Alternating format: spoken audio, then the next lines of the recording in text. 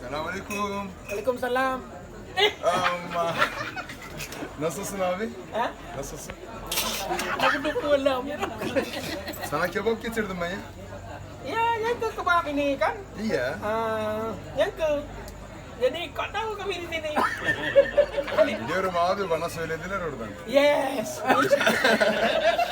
Bana söylediler. Dediler ki ben Johnny orada oturuyor, kahve içiyor.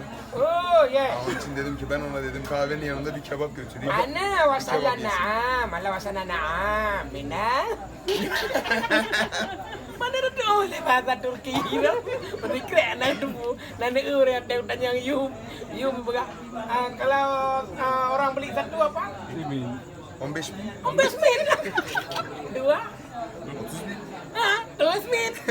Tiga? 45 bin. Kripis min. Yang menyala lah. 50 min. Kan jadi pada tinggi. Macam aku buat beli. Lan.